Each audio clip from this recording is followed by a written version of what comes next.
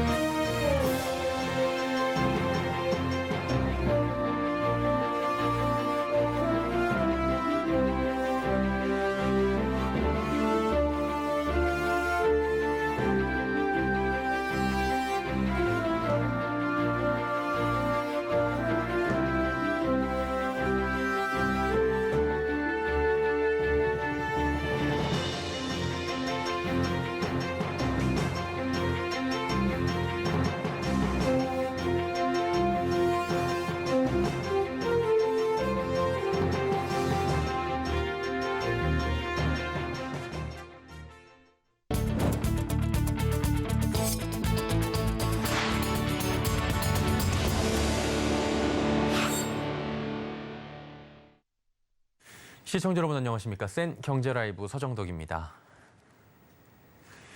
금리 인상의 빅테크 움직임이 늘고 있다고 합니다. 빅테크는 빚을 이용한 재테크라는 신조어인데요. 갈수록 커지는 이자에 빚을 투자한다는 개념에서 부채를 효율적으로 관리하는 빅테크 개념으로 최근 바뀌고 있습니다. 윤다혜 기자입니다.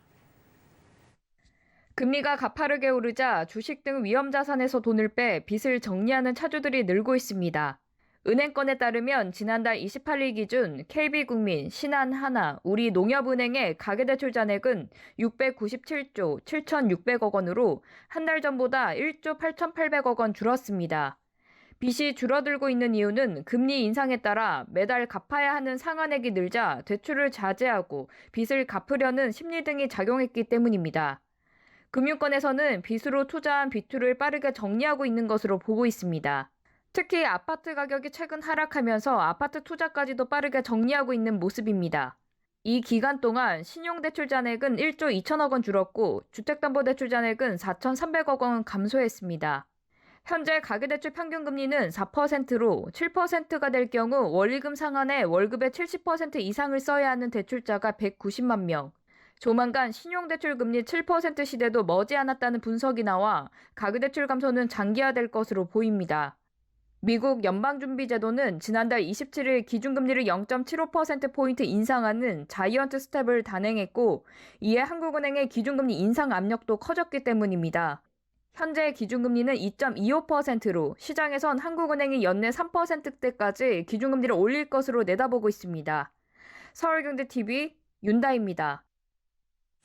전기차를 구입하고 싶은데 비싼 가격에 고민하셨던 분들 굉장히 많으실 텐데요. 전기차에서 가장 비싼 부품인 배터리를 소유하지 않고 빌려 쓴다면 초기 전기차 값이 싸질 수 있겠죠. 앞으로는 이런 구독 서비스가 가능해질 전망이라고 합니다. 서지은 기자입니다. 정부가 법령을 개정해 전기차 배터리 구독 서비스를 허용하기로 했습니다. 배터리를 소유하지 않아도 되는 만큼 전기차 값이 저렴해지는 효과를 기대할 수 있습니다. 국토교통부는 지난달 28일 제2회 국토교통규제개혁위원회를 열고 자동차 등록령 개정을 결정했다고 밝혔습니다. 지금까지는 자동차 등록원부에 배터리 소유권만 따로 등록할 수 없었던 상황. 하지만 이번 자동차 등록령 개정으로 배터리 소유자와 자동차 소유자가 다른 경우에도 등록원부에 기재할 수 있게 됐습니다. 전기차 배터리 구독 서비스는 초기에 차량을 구매할 때 서비스 업체가 배터리 비용을 부담하고 구매자가 월정액을 납부하는 방식으로 배터리를 제공하는 서비스입니다. 배터리 대여 서비스가 출시되면 전기차 구매 비용이 대폭 낮아져 보급 확산에도 기여할 것으로 관측됩니다. 예를 들어 4,530만 원인 전기차 니로 EV를 구매한다고 가정할 경우 보조금 1,000만 원에 배터리 비용 2,100만 원을 절약해 최종 1,430만 원으로 구매가 가능해집니다. 전기차 배터리 구독 서비스가 가능해지면서 수요가 급격히 늘어날지 주목됩니다. 서울경제TV 서진입니다. 국내 식품기업들이 차세대 먹을거리로 대체육을 꼽고 시장 개척에 나서고 있습니다. 건강뿐만 아니라 환경까지 고려하는 가치 소비 트렌드에 발맞춘 건데요. 현 주소는 어디까지 와 있는지 문다혜 기자입니다. 큼지막한 캔햄이 들어간 부대찌개와 햄이 들어간 멘보샤와 무수비, 후식인 초콜릿 케이크가 정갈이 놓여 있습니다. 신세계 푸드가 대체육으로 차린 한상입니다. 일반식과 비슷하지만 햄 대신 대두단백으로 만든 식물성 런천을 사용했고 케이크에는 대체 계란 흰자인 아쿠아파바를 사용했습니다. 신세계 푸드는 지난주 대체육 브랜드 베러 미트를 론칭하고 식물성 런천 캔햄을 선보였습니다. 이 제품을 앞세워 급식과 외식 등 시장 공략에 나서고 동시에 미국의 대체육 자회사를 설립해 해외 시장에도 진출한다는 계획입니다. 미래를 봤을 때는 소비에 쓰는 자원은 점점 줄어들 수밖에 없기 때문에 저희가 영속적으로 풍족하게 잘 살기 위해서는 이런 식품들이 생겨나야지만 호텔, 카페, 레스토랑에서 메뉴로 접할 수 있도록 많이 저변을 확대할 예정입니다. CJ제일제당도 일찍이 미래 사업으로 식물성 식품을 낙점했습니다. 오는 2025년까지 2천억 원의 매출을 달성한다는 목표로 이를 위해 작년 12월 대체육 브랜드 플랜테이블을 론칭했습니다. 최근엔 제품 라인업도 확대했습니다. 여기에 식물성 식품의 생산 확대를 위해 인천 2공장에 연 1,000톤 규모의 자체 생산 라인을 구축했으며 향후 추가 증설도 검토한다는 방침입니다. 대체육 경험을 늘려 시장의 규모 자체를 키우려는 시도도 계속되고 있습니다. 지난 5월 농심과 풀무원이 비건 레스토랑을 연대 이어 오늘 서울 압구정동엔 신세계푸드의 국내 첫 식물성 정육델리가 문을 열었습니다. 식품업계가 대체육 사업에 나서는 이유는 개선된 맛과 건강식이라는 인식으로 시장이 빠르게 크고 있기 때문입니다. 유로 모니터 조사에 따르면 식물성 식품의 글로벌 시장 규모는 올해 26조 4천억 원으로 추정됩니다. 매년 평균 두 자릿수 이상의 성장세를 보이고 있습니다. 서울경제TV 문다입니다. 올 들어 국내외 여행 수요가 급증하며 보험사들은 경쟁적으로 여행자 보험을 쏟아내고 있습니다. 소비 심리가 폭발하는 이른바 보복 심리가 여행에 집중되며 이번 휴가철뿐만 아니라 장기적 관점에서 수요가 이어진다고 판단한 것으로 보이는데요. 김미현 기자가 전해드립니다. 국내외 여행 심리가 빠르게 살아나고 있습니다. 올해 2분기 항공 여객 수는 1,281만 명, 1년 전보다 31.3% 증가했습니다. 이 중 국제선과 국내선 이용객 수는 전년 대비 각각 354%, 8.9% 늘었습니다. 이렇다 보니 보험사들도 최근 해외여행자 보험 상품을 새로 개편해 출시하는 등 수요에 발빠르게 대응하고 있습니다. 해외에서 의료 상담 등 도움이 필요할 때 24시간 연결되는 우리말 상담 서비스를 넣거나 해외 의료기관에 입원할 경우 보장하는 입원 일당을 새로 넣는 등 보장을 강화하고 나섰습니다. 국내 여행자 보험 역시 관심을 받고 있습니다. 국내 여행자 보험 신계약 건수는 올 4월 5,697건으로 1년 새 49%, 2년 새 301% 급증했습니다. 이에 따라 보험사들은 최근 제주공항 국내선 여객기 결항 시 숙소비 등 비용을 최대 20만 원까지 보장하거나 휴가지에서 렌터카 등을 이용할 때 하루 단위로 가입할 수 있는 미니보험을 내놓고 있습니다. 코로나 이후 여행 트렌드가 여가 활동 중심으로 바뀔 거란 전망도 나오면서 업계는 스포츠나 레저 활동 관련 사고 위험을 보장하는 여행자 보험도 속속 내놓고 있습니다. 그냥 여행이 아니고 레저, 아니면 활동 이런 거와 결합된 그런 여행이 많이 또 수요가 증가하고 있고, 그냥 여행 상품이라기보다는 캠핑 여행 상품, 아니면 골프 여행 상품 이런 식으로 이제 활동과 결합된 국내 여행 보험 상품도 이제 그렇게 차별화되고 있는. 업계는 지난 2년여간 움츠러든 여행 수요가 폭발하고 있는 만큼 여행자 보험 상품 또한 장기적인 관점으로 보고 당분간 확대에 집중할 계획입니다. 서울경제TV 김미연입니다.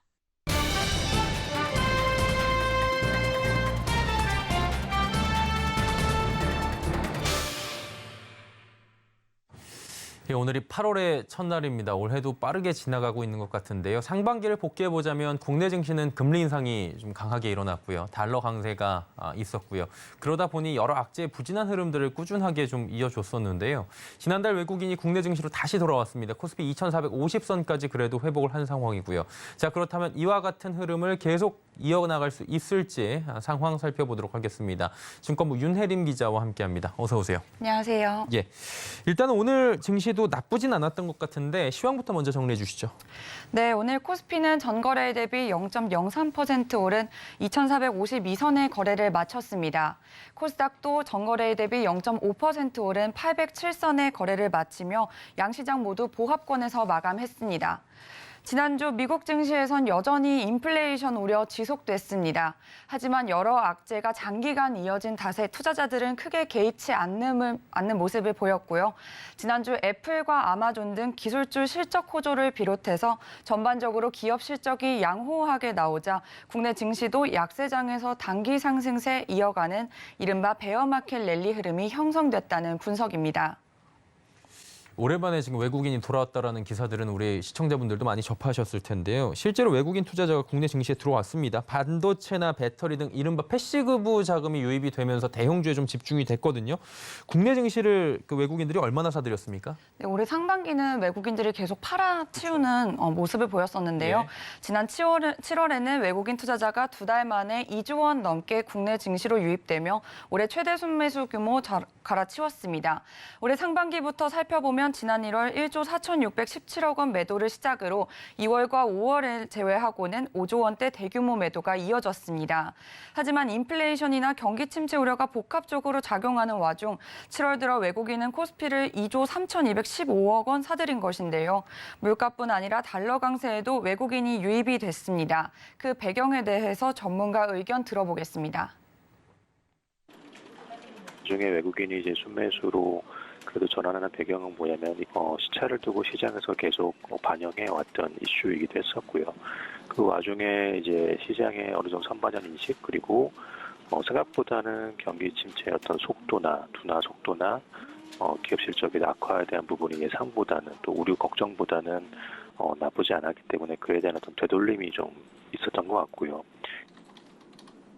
아무래도 여러 이슈가 장기적으로 좀 이어지다 보니까 지치고 그러다 보니 좀 덤덤해졌다 이렇게 표현이 될 것 같은데요. 그렇다면 자 중요합니다. 외국인은 어떤 종목을 샀는지 그리고 어떤 업종이 반등세를 보였는지 이 부분도 한번 정리해 주시죠. 네, 아까 앞에서 언급했듯이 예. 지난달 국내 증시는 6월에 급락했던 반도체 그리고 2차 전지 등 성장주라 불리는 업종이 올랐습니다. 우선 외국인부터 살펴보면요. 삼성전자 5,461억 원, LG에너지솔루션 4,679억 원, SK하이닉스 2,675억 원 순으로 순매수했습니다. 반면 네이버는 1,489억 원, 후성 894억 원, LG전자 561억 원 순으로 매도했습니다. 같은 기간 개인과 기관은 삼성전자, LG에너지솔루션 등을 팔아치우며 외국인과 반대 양상 보였습니다. 이는 반도체, 화학, IT 가전 등 6월 낙폭과대 업종은 이미 순환매 흐름이 이어지고 있고 최근 재고 비율이 급증하고 있어 재고 소진을 위한 정책 실현 가능성에 하반기 실적 부담이 높아졌기 때문입니다. 이에 외국인을 제외한 투자자들은 주가가 오르자 증시 이탈 기회로 삼는 모습을 보였습니다. 정반대로 가고 있는 투자의 결과가 어디로 갈지 또 귀추가 주목되고 있는데요. 아무래도 7월에 FOMC가 끝이 났습니다. 굉장히 큰 변곡점이었던 것 같고 주요 기업들의 실적도 생각보다 양호하게 나타나고 있다 보니까 좀 긍정적인 얘기들이 많이 나오거든요. 증권가에서는 이번 달에 국내 증시의 전망을 어떻게 보고 있습니까? 네, 증권가에서는 단기적으로는 큰 변동 없이 또 예. 종목별 흐름 이어질 것으로 보고 있습니다. 증시 전망부터 우선 들어보겠습니다. 특히 매크로적인 측면에서 시장을 깜짝 놀라게 할 만한 그런 상황은 없는 거고 그래도 시장 걱정보다 기업 실적을 좀 버텨주고 있는 부분이 좀 있기 때문에 아주 급격한 어떤 반등 흐름이 연장될 가능성보다는 그래도 어느 정도 지수가 좀 횡보를 하면서 종목의 어떤 흐름들이 좀 더 강해지는 이런 양상으로 좀 생각을 하고 있습니다. 자동차나 2차 전지가 그래도 상대적으로 우선순위에 있지 않겠나.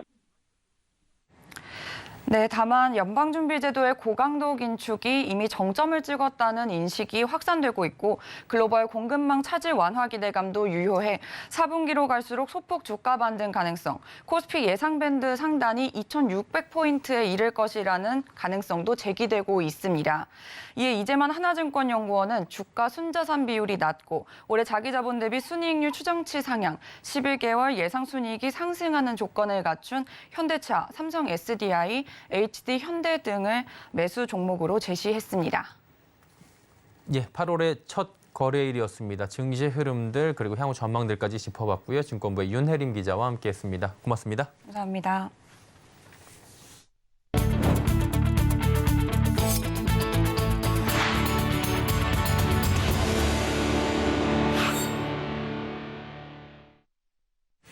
테마주로 주목받은 기업 임원진들이 잇따라 자신들의 회사 주식을 대량 매도하는 일이 발생하고 있습니다. 금융감독원에 따르면 지난 6월 김진평 미코바이오메드 부사장은 자신이 소유한 미코바이오메드 주식 15,193주를 모두 팔아 약 2억 4천만 원의 수익을 거둬들였습니다.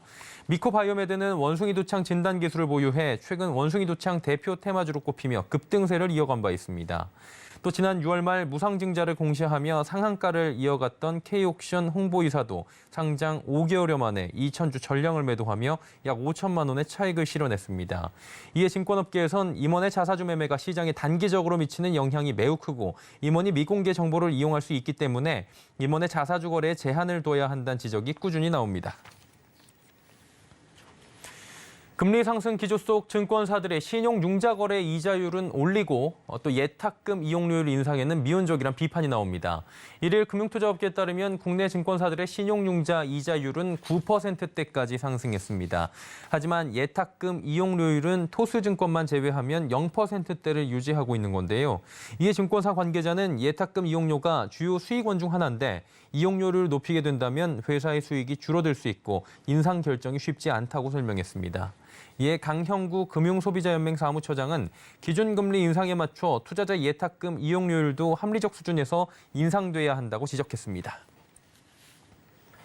한국마사회가 전국 유소년 승마대회를 열었습니다. 승마대회와 함께 승마 꿈나무들을 위한 교육 캠프를 마련한 건데요. 장민선 기자가 그 현장에 다녀왔습니다. 유소년 선수들이 말을 타고 장애물을 넘으며 기량을 뽐냅니다. 마사회는 지난 주말 서울 경마공원 88 승마 경기장에서 제1회 한국마사회 유소년 승마대회를 열었습니다. 이번 대회는 여름방학을 맞아 대회와 함께 승마 꿈나무들을 위한 캠프 형식의 교육 프로그램으로 처음 마련됐습니다. 미래 승마 산업을 이끌어갈 유소년 선수들을 체계적으로 육성하겠다는 겁니다. 대회 기간 동안 능력을 검증받고 자격증까지 획득할 수 있는 기승능력 인증제 자격 시험도 함께 진행됐습니다. 이번 행사는 유소년 선수들이 단순하게 기량을 겨루는 것뿐만 아니라 전문가로부터 교육도 받고 자격 인증까지 받을 수 있도록 준비를 충실히 하였습니다. 이번 승마대회에서는 새롭게 헌터 종목을 도입했습니다.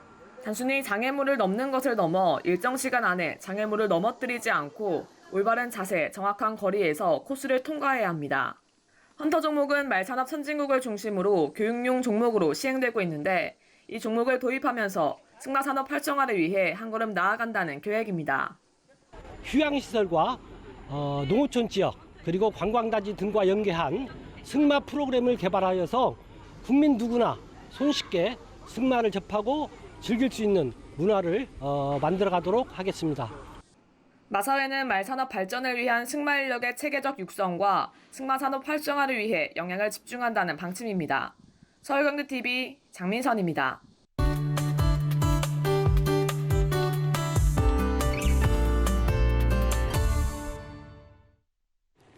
현재 전 세계 토양이 사막화, 가뭄, 물 부족, 모래먼지, 또 인류의 토양 착취 등으로 인해 황폐화되고 있다고 하죠.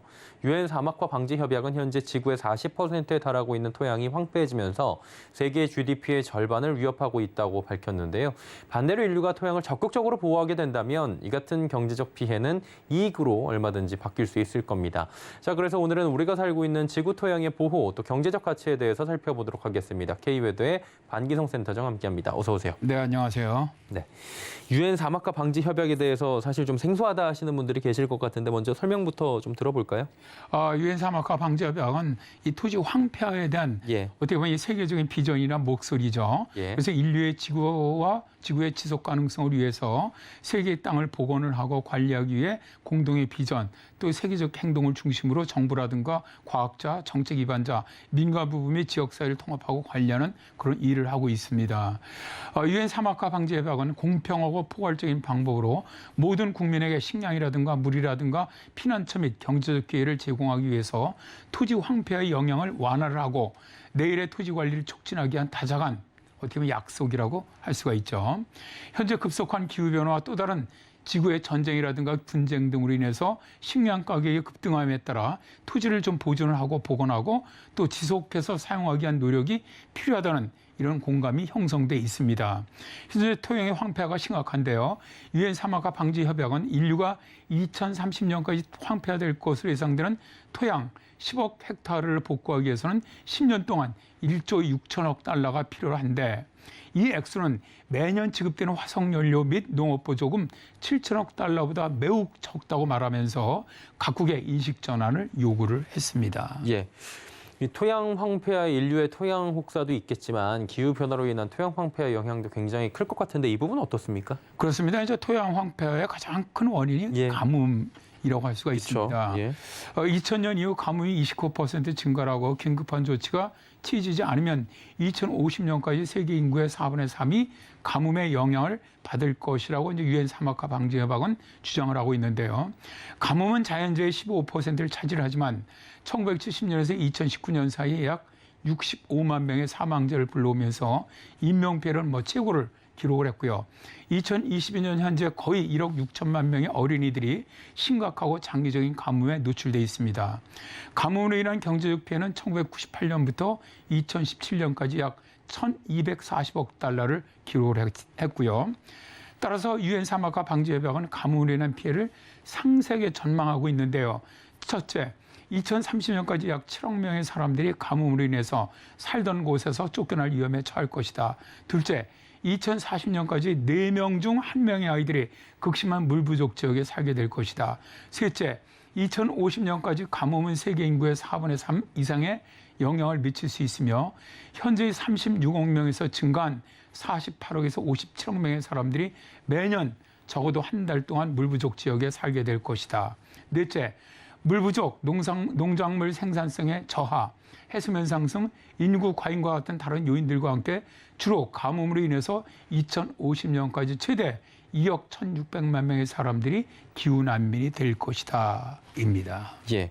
그럼 이제 토양 황폐화를 막고 이게 토양의 보호를 받게 될 경우에는 바꿔 생각해 보면 인류의 삶이 좀 획기적으로 좋아질 수 있다. 이렇게 생각해도 되나요? 그렇습니다. 유엔 사막화 방지 협약은 인류가 현재 그대로 이러한 그 황폐를 갖다가 방치를 한다면 2050년까지 토지 황폐는 1,600만 제곱킬로만큼 늘어날 것이며 농업이라든가 목초지, 방목지의 12에서 14%와 자연지역에서 식물 생산성의 지속적인 장기적인 감소가 진행될 것으로 보았어요. 또한 2015년부터 2050년까지 토지 이용 변화와 토지 황폐화로 인해 추가로 69기가톤의 탄소가 배출될 것으로 보았습니다. 그러니까 급속한 기후변화가 발생한다는 것이죠. 그런데 만일 토지 황폐를 막는 복원, 즉 농업이라든가 방목관리라든가 자연재생 지원 등의 시책을 이용을 해서 약 50억 헥타르의 복구가 이루어진다면 2050년까지 대부분의 개발도상국에서 수확량은 기준치에 비해서 5에서 10% 증가할 것으로 예상되고요. 빗물이 공급되는 농경지 등에서 토양 수분 보유 능력은 4%가 증가할 것이며 2015년에서 2050년 토양의 탄소 증가와 배출 감소로 탄소 제고는 17기가톤 순증하면서 기후변화를 저지할 수 있게 되고요. 생물 다양성은 지금 현재 계속 감소하고 있지만 생물 다양성의 손실의 11%는 줄일 수 있다라고 전망을 했습니다. 근데 여기에 보건뿐만 아니라 만일 보호까지 시행한다면 즉 생물 다양성의 중요한 지역의 보호 대책이라든가 수질 규제라든가 토양 및 탄소 자원의 보존이라든가 중요한 생태계 기능의 제공으로 보강된 이런 보건 대책 등을 한다면 2050년까지 추가로 400만 제곱킬로미터의 자연지역이 더 늘어나게 되고요. 벌목 방지라든가 배수 또는 개조를 통해서 토지 악화를 방지할 수가 있고요. 예상되는 생물 다양성 손실의 약 3분의 1을 줄일 수 있다고 봅니다. 여기에 토지가 저장하게 될 탄소량이 추가로 83기가톤으로 늘어나면서 기후변화도 저지할 수 있게 되는데요. 저장되는 탄소량은 현재 전 세계 배출량의 7년 이상에 해당이 됩니다. 그러니까 토지 황폐를 막고 복원하거나 보호하게 된다면 인류가 얻는 이익은 정말로 엄청나다는 것이죠. 경제적 이익은 매년 125조에서 140조 달러에 달할 것으로 보는데요. 이것을 2021년 세계 GDP 93조 달러보다도 최대 50%가 증가한 것입니다. 유엔 사막화 방지 협약은 향후 10년간 화석 연료와 농업에 지급되는 7조 달러 중에서 1조 6천억 달러만 용도 변경을 해서 토지 복원이라든가 보호에 사용한다면 2030년까지 약 10억 헥타르를 복원하겠다는 현재의 공약을 달성할 수 있다라고 말하고 있는데요. 사실 토지나 산림이나 기타 생태계를 복원하는 것은 지구온난화를 1.5도로 제한하는데 아주 필요한 비용을 3분의 1 이상 줄일 수 있으니까 정말로 매우 큰 이익인 셈이죠. 예, 토양 보호가 주는 의미에 대해서 오늘 자세히 짚어봤습니다. K외도의 반기성 센터장이었습니다. 고맙습니다. 네, 감사합니다.